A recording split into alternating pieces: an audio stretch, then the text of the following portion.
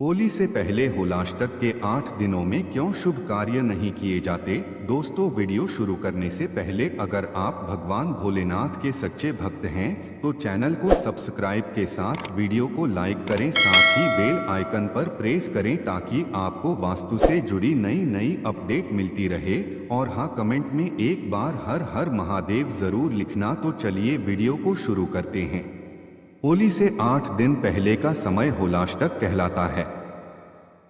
असुर राज हिरण्यकशिपु ने अपने पुत्र प्रहलाद को विष्णु की पूजा करने पर होली से पूर्व 8 दिन तक भयंकर यातनाएं दी थीं।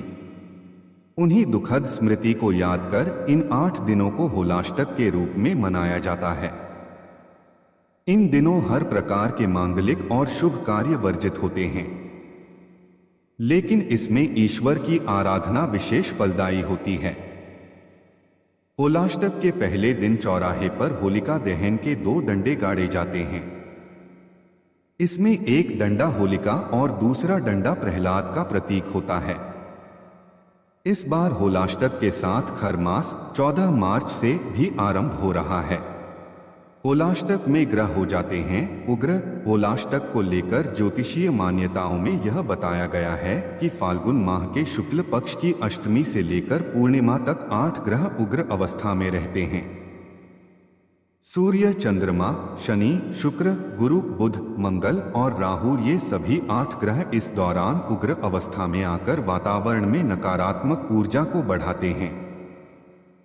इसलिए इस दौरान कोई भी शुभ कार्य या फिर कोई भी मांगलिक कार्य करने के अशुभ परिणाम सामने आ सकते हैं। इसलिए होलाष्टक की अवधि में कोई भी शुभ कार्य करने को शास्त्रों में वर्जित बताया गया है। होलाष्टक पर कामदेव से जुड़ी पौराणिक कथा।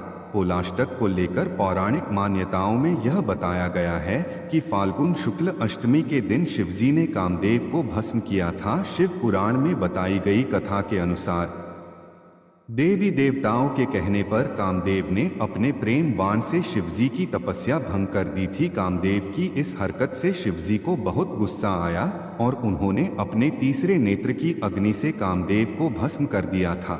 उस दिन फाल्गुन मास के शुक्ल पक्ष की अष्टमी तिथि थी और उन्हें पूर्णिमा तिथि को फिर से जीवित किया गया था। कामदेव के भस्म हो जाने से पूरे संसार में मायूसी छा गई और दुनिया थमसी गई। कामदेव की पत्नी रति के निवेदन करने पर सभी देवी देवताओं ने मिलकर शिवजी से प्रार्थना की और तब भगवान भोलेनाथ ने कामदेव को फाल्गुन पूर्णिमा पर फिर से जीवित कर दिया। उनके जीवित होने पर पूरी सृष्टि में चारों तरफ खुशियां मनाई गईं और रंग खेलकर होली का त्योहार मनाया गया। अष्टमी पर भस्म हुए कामदेव पूर्णिमा पर फिर से जीवित हो गए।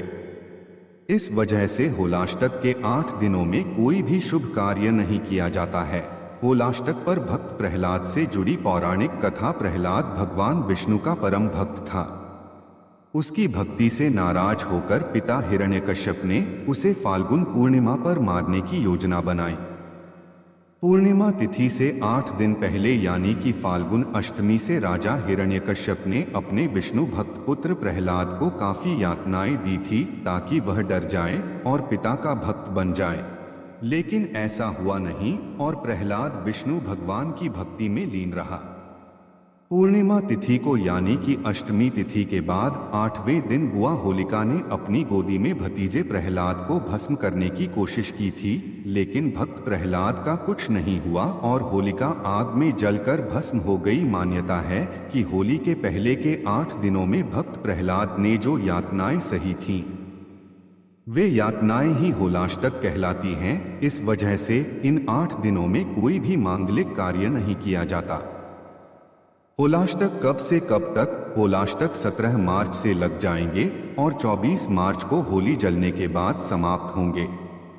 24 मार्च की रात में होली जलाई जाएगी और 25 मार्च की सुबह रंगों ही होली यानी कि दुल्हेंडी खेली जाएगी।